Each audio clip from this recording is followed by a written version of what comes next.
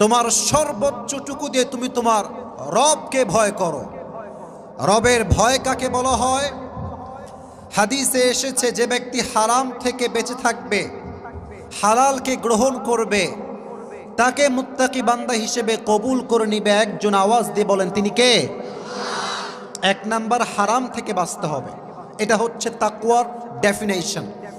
দুই নাম্বার ব্যাখ্যা, তাকওয়া মানে কেউ দেখে না, কেউ শোনে না, দেখে একজন, তিনি কে? আজকে এতগুলো যুবক মাহফিলে আসছে। আচ্ছা, আমার একটা প্রশ্ন আপনাদের কাছে, বিকালের মাহফিলে এত মানুষ, ফজর নামাজে সবাই কই থাকে? পাওয়া যায় ফজর নামাজে তো কোনো লোক পাওয়া যায় না।